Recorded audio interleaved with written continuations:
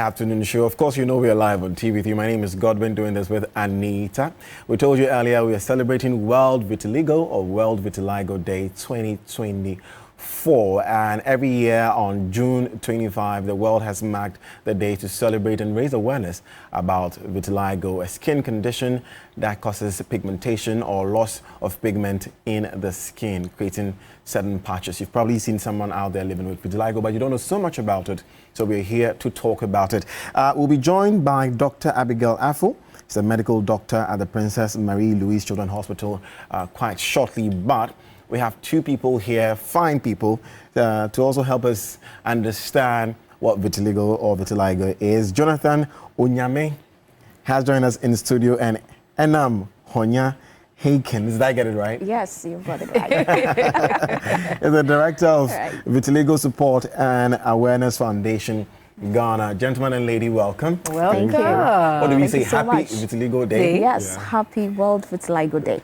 Beautiful. I keep saying vitiligo, vitiligo. Is it vitiligo or both, vitiligo? right? It depends on the nation, actually. Yeah. Yes. Okay. So vitiligo is American or British? Well, actually, vitiligo was coined from the word, I don't know how to pronounce it. Oh, you pronounce it anyhow. Anyhow you want to pronounce it. But then there wasn't any specific meaning to that, whether the tonation of it is correct or not. But if you pronounce it right and get the spelling right, that's fine. That's all Yes, that matters. yes. All So right. June 25th was actually designated because of Michael Jackson, who passed on June 25th, who the World Vitiligo. That's how the World Vitiligo Day come about on June 25th. So, yeah. So it's just recent. Yes. Michael died in 2012, 13, I think. Yeah. Yes, Okay. So that's a long time by Before that, Yeah, so before that, we weren't long time. celebrating, we weren't marking World Vitiligo Day?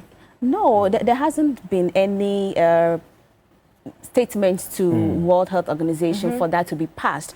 Apparently, a lot of leaders were fighting for this day, and that was when it was coming to fruitfulness on June 25th. When Michael Jackson That's passed great. on. And the recognition came after Michael and then his skin condition. A lot of people were asking a whole lot of questions about how come his skin become all white, and then ever since then, the recognition has been in place, and leaders across different countries and then patient leaders have been fighting for this bill to be passed at World Health Organization. And here we are today celebrating World Health. Amazing. Amazing.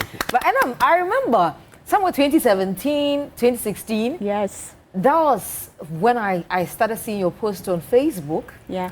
Started sharing your experience and this particular condition. Yes. And you shared a lot about it, but I want to find out how it all started for you when it comes to vitiligo. Okay, so I would say that vitiligo is a skin condition where there is a destruction of the melanocyte of the skin, resulting to the white patches that you're seeing, which became all uniform actually. And then it is not contagious. It affects all races, whether you're Caucasian, you're white or whatever, it affects all races and both sexes equally. It is not contagious. However, the cause for the white appearing is unknown. It's actually unknown. Wow. Then again, there are certain precipitating factors that leads to the condition. We have hereditary, autoimmune disorder, exposure to the sun, emotional stress, oxidative stress, some neural or viral conditions. We have diabetes mellitus type 2 being a precipitating factor. We equally have emotional stress and then exposure to the sun. So I had my vitiligo when I was just about 7. I had just a patch on my arm. So growing up was very difficult, and it started spreading as I grew up. And then somewhere, you mentioned right, 2017 was when I attempted a beauty pageant, and people actually don't know about it, and I began to start sharing a lot of it. So when I was in high school, somewhere 2011, I met one lovely lady who introduced me to Oga Maduosi, the leader for vitiligo in Africa. And she actually mentored me to be confident and understand the skin condition. So right from 2011, thereabout, I was a little bit shy to come out in the society. Was Was that you on the screen? Yes, that was Wow. me during my school days. Yeah, that was high school in Keta Business Secondary School. Yes, 2011. Yes. That So you were me. born dark?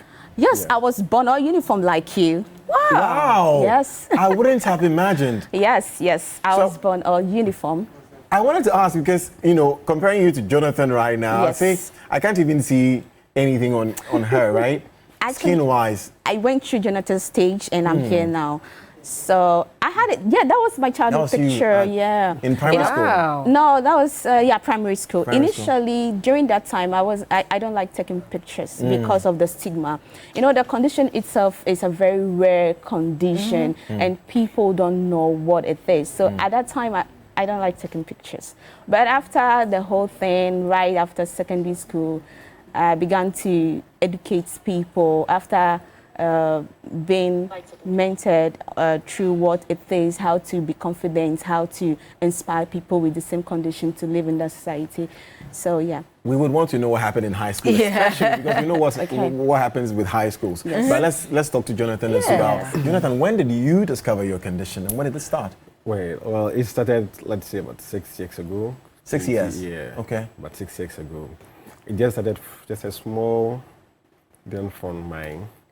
Actually, even my wife who even saw it and just told me that, she's seen something small. Why did I go and have any, work challenge or whatever? I said, I don't even know.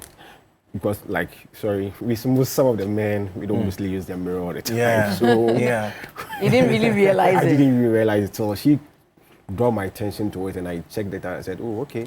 So since from that time, then it just started. That's what, okay. Yeah. And, but do you have it in your family? Do you have anyone in your family who has it? My dad. Your dad? Your dad, okay. Right. So meaning that your dad probably passed it on to you and growing up, you didn't even know. No. But how was it like? Because we can see that the patches, they are spreading. Yeah. How, people seeing you being dark previously and then all of these things. How did your family react to this new condition? Well, they were cool with it. Not my dad's own also didn't just come. It's his own. Let me say, it should be about 10 or 11 years ago when it came out.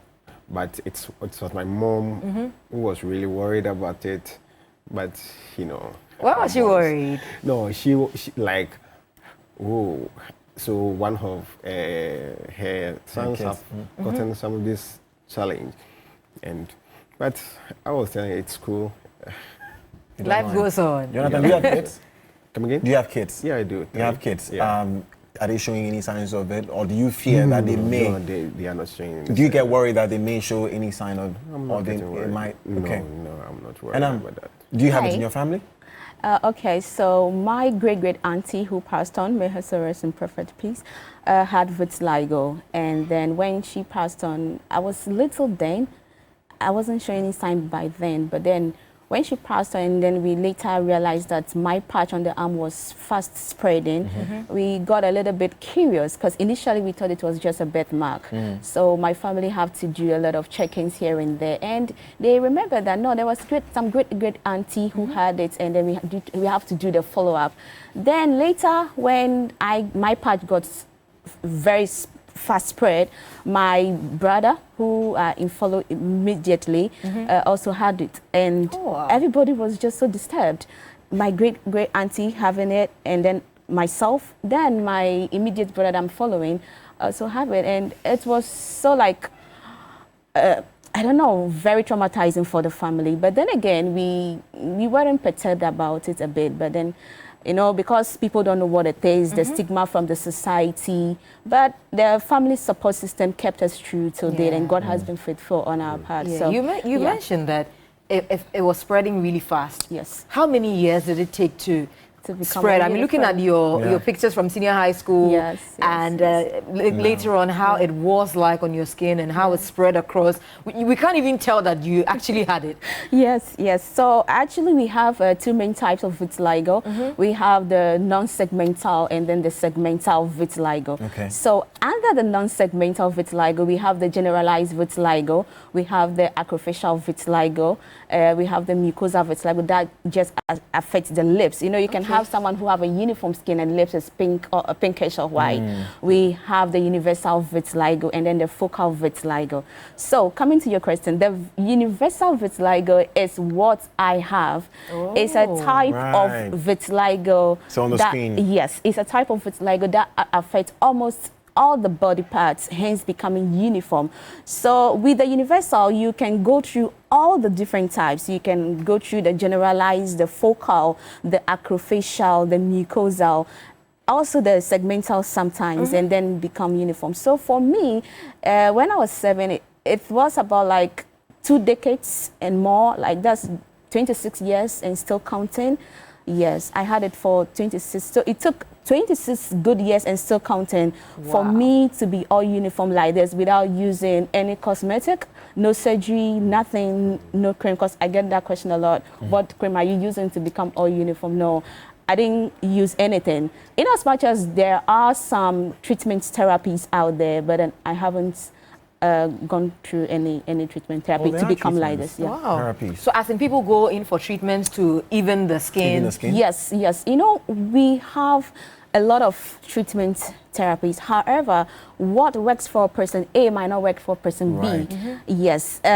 Because there is no cure. You know, we have cure and then we have treatment. Cure means it takes your skin becomes completely back to normal. But the treatment, there's a possibility that the pigment can come back, which sometimes happens to me because sometimes I can get the black pigments coming back, but not entirely. Yes, so we have some treatment therapies. We have the light therapy. We have the deep pigmentation. Are they medically recognized? Yes, they are medically recognized. And then a dermatologist have to see you through it. We have the supplementary therapy whereby the individual takes in the folic acid and then the many others that the dermatologist will have to prescribe for you. So we do have a lot of treatment therapies for it. So it depends on the individual to opt for that particular. We have surgery as well, but it's rather unfortunate that in our African region here, going through the surgery is not advisable because of the hot temperature zone in Africa, because it might cause sunburns. But however, if your skin is as uniform as mine, you can live with it cautiously by using sun creams and also being a little bit cautious health-wise and also guiding yourself through what to do. Yes. Great. Jonathan, I'd like to understand if there are any medical effects apart from the socio-economic and socio-cultural effects.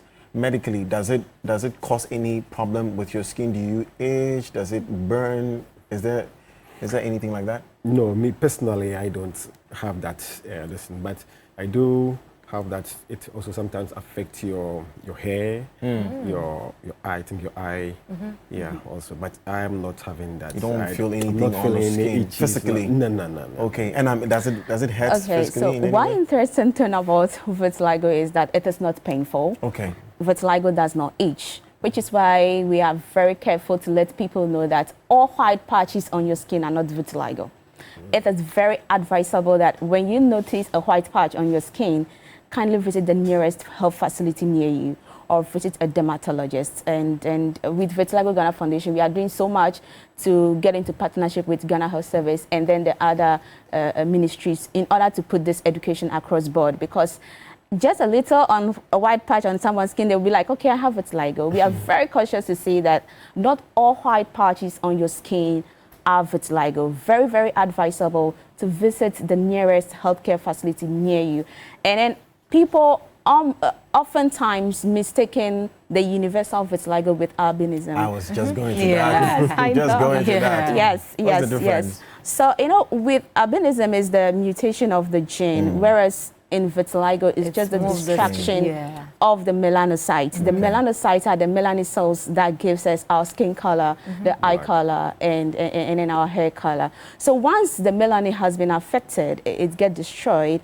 You know, with vitiligo, you don't get that protection that the protection that melanin gives you. So that is with vitiligo. But with the albinism, it affects the mutation of the whole genetic makeup of the individual, thereby destroying the melanin as well, and then the other things that comes with it. So there is a difference in as much as they all fall in the same dermatological conditions. Yes, there's a vast I have a white patch here, baby. probably you're losing a melanin in your hair, but not vitiligo. Okay, maybe he needs to get checked then so that we find out if he has any condition. But let's talk about stigma. Right. Because no matter how much education we give concerning this condition, there are still going to be issues of stigma. And Jonathan, let me come to you. What are some of the issues you faced when it comes to your condition and people stigmatizing you? Well, initially when it started, when people see you, they are like, ooh, is this? Hey, what kind of person is this? But later on, I was advised through consultation or whatever, and then I got to know, okay, that's what I'm having now, so let me just upgrade myself to it. Yes, and mostly when kids see you, sometimes they really look at you like they are surprised. They're surprised. So sometimes they can even be touching their parents that look at the man. Yeah, it's still there. And more so my friends that when I was not having it, when they see me now, they sometimes think, ooh, what happened to you? And also on my workplace, due to the work that we do, most times people get burnt and whatever. So some would might just. But what do you do? I work at ECG. Okay. What's that? ECG. ECG. Okay. Yeah. So some people see you and then they will just say, "Oh, very sorry." They think it's because of your work. Yeah. It means that a lot of people don't know about. Education is low, huh? In this part of the world. Yes, in this part of the world, most especially in our African region, it is very rare. And a lot of people do ask, oh, is it acid? Is it burns? Oh, what happens to you? And then some people also attribute it to certain things, the myth surrounding vitiligo, attributed to witchcraft, sorcery, and a whole lot. You know, in sub-Saharan region of Africa, most especially with vitiligo and albinism, people create this whole myth that the skin condition is a witchcraft something, or it's a sorcery, or probably the vomit of the gods. So that awareness. Hold on to that. Someone told you that? The vomit of the gods. Yes. They can even call you the leopard skin. Yeah. Wait, is it that bad? Because I know that there's that spiritual side where people think that, oh, you are maybe, how do you call it, an outcast of some sort and all of that. But I think that is a bit too harsh. Yeah, it was. You know, with vitiligo, because of its physical outlook, people don't know that it can actually affect the psychological status of the individual. You know, vitiligo being a physically traumatizing skin condition, it affects one's mental status. Yeah. Because myself, I've been there where I attempted suicide on 3 consecutive times. So when the stigma is that huge, you know, the individual tend to lose hope in the nearest relatives, the society. And when hope is lost, you know what an individual can do. Like, I'm not needed here anymore, so the person can decide to take his or her life. So we are just doing our best. So thanks to the afternoon show team and yourselves for bringing us here to actually create more awareness on what the skin condition is all about, and the need for us to embrace the skin and let people know that it is not contagious. You cannot touch someone like this and have vitiligo. I was coming to that. People want to shake your hands. And they are people find it difficult to shake your hands. Exactly, because I had those moments where even for people to board cars with me, they were so afraid to join the bus. They have to get down. For people to even sit close to me like this, they were like, hey, get out. And there are instances where during my secondary school days, I had no friends. Yes, I had no friends, and I had just one friend throughout to date. And shout out to Williams. I'm so grateful for being that lovely lady to date. She stood by me all those years until now, and people were so afraid to even come closer. And the stigma and the isolation was so very, very huge. and very, very traumatizing, I should say. So I don't want to see people or even the kids to go through such situation, because for kids it's a very terrible thing. Especially when you're in school and then people, you know how kids are, they think they are playing or they are teasing you, but it's affecting the mind of the child. But I must commend, and like I mentioned earlier, you're one person right here in Ghana that from photo shoots, she's always embraced her skin color, and you are one of the few people that on social media we kept seeing pictures like this. She'll do a photo shoot. Yes. She'll always talk about it, and she was extremely proud and embraced herself. And I'm sure you give a lot of other people confidence to also come out and be proud of their skin. Yes. For me and vitiligo, it's all about inspiring people who have the condition to know that vitiligo is unique, and who you are makes a difference, and don't let your skin condition limit you in areas, and you can equally use your skin condition to take on different aspects of lives, no matter what the society thinks of you. So hey, we are actually open to anybody who wants to, you know, do anything with us. Be it photo shoot or brands. Do I want to work with vitiligo? They have to put you on. Yes. So we are open to that. Anybody that wants us to join force with them in partnership or in collaboration, we are open to that. We want to use the creative aspect to educate the public as well. And you know, talking about that, you know Winnie Harlow, right? Yes, Winnie Harlow is a high-time model. Yeah, her picture was projected just a while ago, and Winnie Harlow is one of the few people in the world who is, she is rich, she is popular, and at the same time, she has vitiligo, but guess what? She rocks it like nobody's business. I want us to bring that picture back, because she's modeled for a lot of cosmetic and beauty brands, and she's doing amazing. You can, that's her, by the way. Very beautiful. Look at that. Yeah, extremely beautiful. And her patches, honestly, if you see a full picture of her, you will love it even more. Before we introduce our doctor who's just joined us, or you know what, let me just introduce her. Dr. Abigail Afo is a medical doctor, and she's just joined us. But while we were still talking about stigmatization, I just want to go back. Did it affect, because I see both of you are married, right? Did it affect, before marriage, did it affect your dating, your relationship? Did it happen, especially you, Jonathan, did it happen before you got married, or it happened while you were married? No, it happened while you were married, so that was okay. Like the way I said initially, my wife was the one who discovered it. True. What about you, Enam? Did it happen before? Yes, definitely happened because you were young. I had vitiligo before I got married. Did it affect your dating life? But dating life was so horrible. Wow. Tell me about it. It was so horrible. It's something I don't want to revisit. You don't want to? Yes, it was so very horrible. Very, very horrible, I must say. But hey, it happens to a lot of people with vitiligo? Yes, for our members in at Vitiligo Ghana Foundation and Awareness, a lot of people actually complained about this particular situation. Even for marriages where couples have to divorce because of the skin condition. Wow. Yes.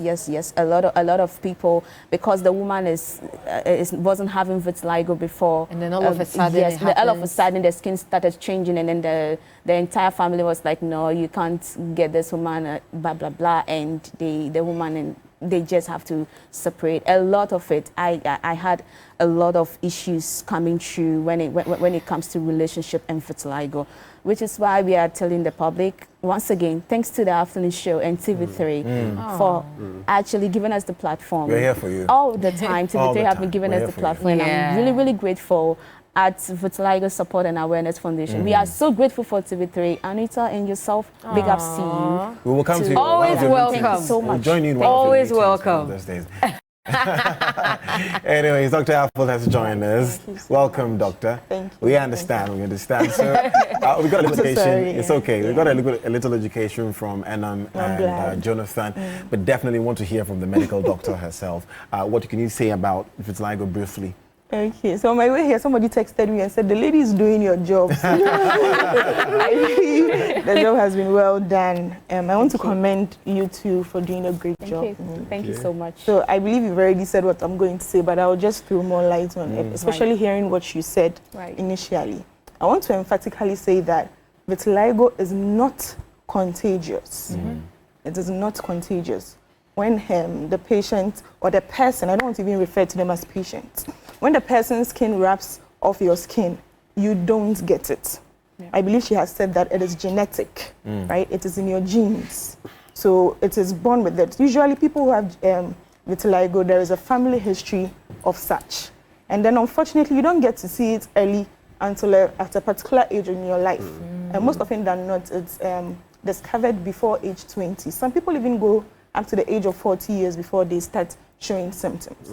So it is to say that if you have somebody or come into contact with somebody having vitiligo, aside the fact that they are going through a whole lot of psychological trauma, it is up to us, society, to support these people, especially knowing that they have no control over it. It is genetic. It is also triggered by some environmental factors. I was listening to an interview just last night, and I got to know that even something as mere as emotional stress can trigger, emotional stress. Emotional stress. Anything that would if something is stressing me emotionally, Lord have then mercy. when I get broken-hearted, it looks like that and can you trigger. have the gene. Wait, You can Lord start have showing mercy. symptoms. Yes. Some of us are at risk. And you have the genes, yes. So most importantly, you should have the genes before you can show symptoms. That is also not to say that there are some people who would show it, even though there is no family evidence of vitiligo, right? Yeah. So there are some people who are just a one-time. Nobody has it. They are the first people in the generation to start having it. So it is important to know that these people would need our support. I mean, that person will start wondering, why me? Why at this time? Why am I going to bring generational sicknesses to my family, right? So support is important. Yeah. And I believe you spoke about treatment, right? Yeah. So there is no cure, but there are treatments. There are lots of treatment options. Unfortunately, in that part of the world, we may not have access to all the options. But if you're able to travel, you would have wide range of treatment options, right? So, Doc, when you talk about treatments, what exactly is the treatment like, especially for Enam who had it universally? How then do you treat it? All right. So before I answer that, I would also want to say there are two types of vitiligo. There is the segmental and then the generalized. So for her, she had the generalized vitiligo. For such people, there is the graft. In recent times, research has showed that there are types of grafts.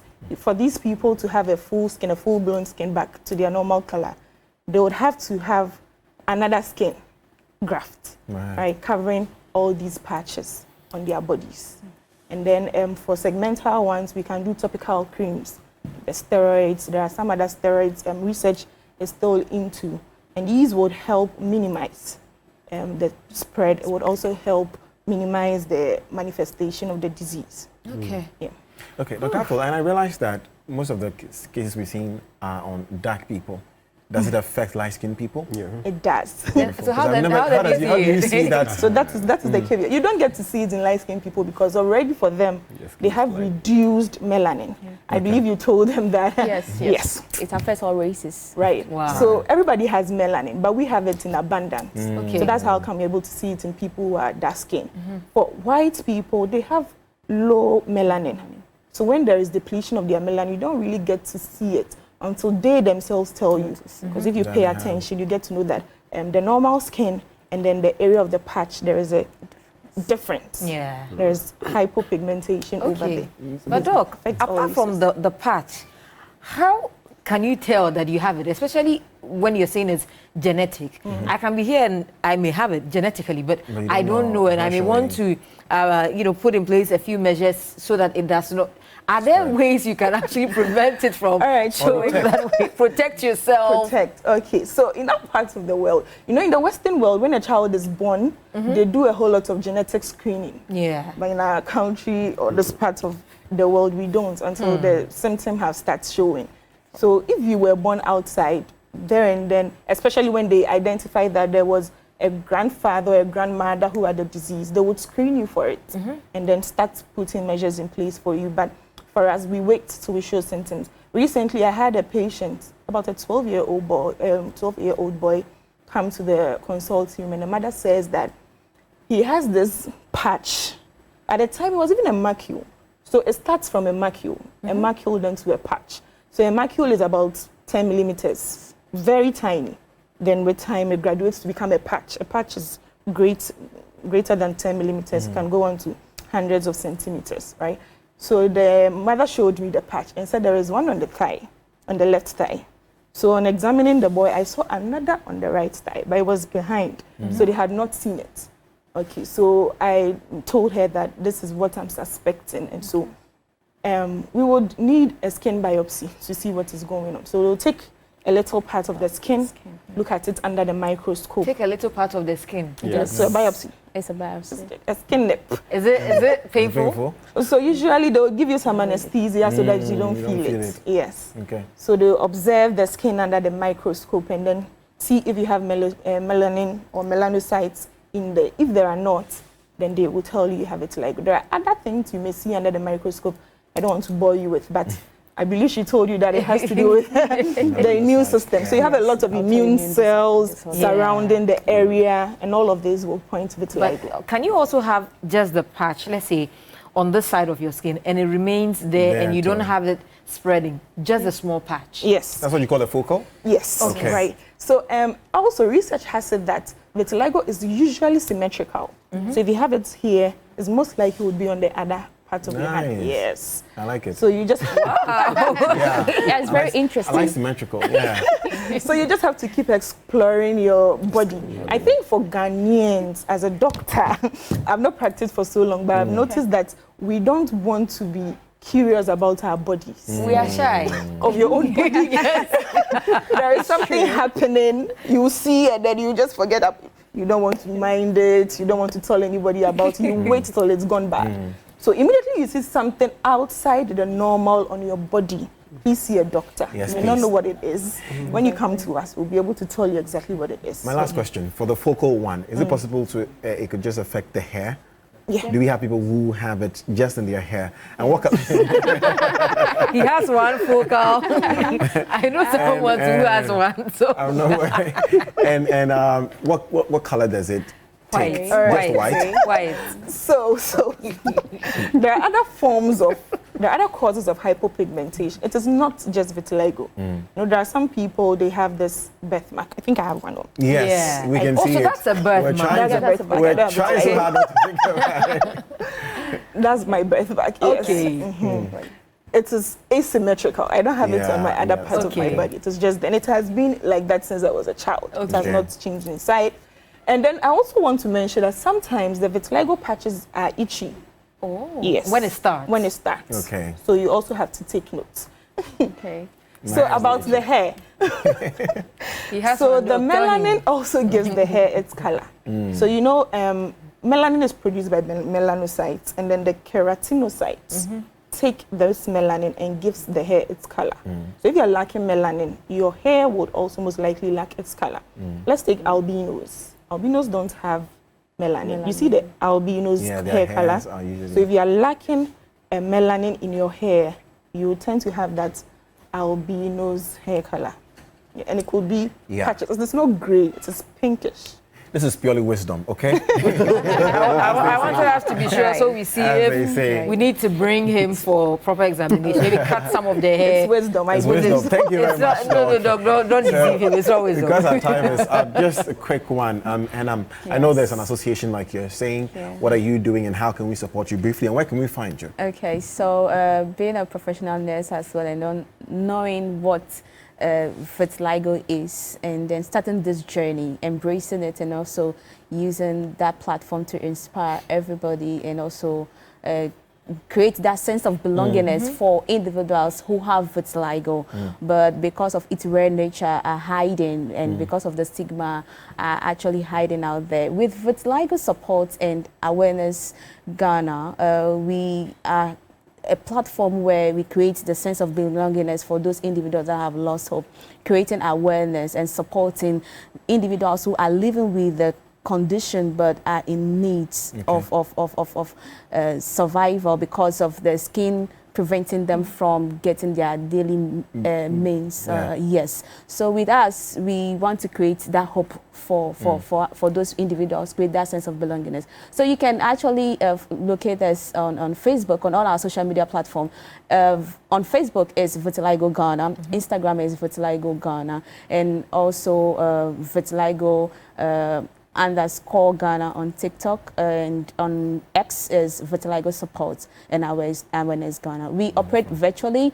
Initially, we were having an office space, but due to one or two things, our office space is on hold. We are hoping to get that rectified as soon as possible. However, we are open to partnership and collaboration, like I said before, brands and then individuals who want to work with us with Vitiligo Ghana. We are open and available for any of that sort. And thanks to TV3, and we are looking forward to also doing greater things with your outfit as well. Definitely. I want to see more people living with vitiligo in movies. Yes, as an actor. exactly. We have a movie on that. You have a movie on that. Yes, it's good that you're mentioning yes, it. Yes, we like to. We shot a movie 3 years ago. Yes, nice. And the title is Spot in the Light. Because of one or two differences, we were not able to put it out there, but we premiered it some time ago. But the turnout wasn't huge, and the producer is doing so well to premiere it again. We have a movie on it that is Spot in the Light. I'm so sorry, guys. We have a movie on it that is Spot in the Light, and it's a very inspiring movie, very educative. Absolutely. Thank you very much. Thank you. Thank you so much for having me. Dr. Apple, thank you so much. Our time is over. You want to say something? Yes. Give me 30 seconds, please. Okay, so I also want to say that, like you said, vitiligo is an autoimmune disease. So anybody with any other form of autoimmune disease may have vitiligo. And sometimes they go hand in hand, especially SLE, lupus. Yeah. So if you have lupus, you want to look out for. Dr. Apple, thank you so much. And to prove that it's not contagious, diabetes. here I am. Jonathan, right. this is just to prove that it's not contagious. Thank you very much. So people living for vitiligo, please. Hi. Yes, we're proving to you. Thank you so much. Thank you so All much for right. having us. Thank you. Still watching the afternoon show. When we return, we have Big Mike. Yeah. Stay with us.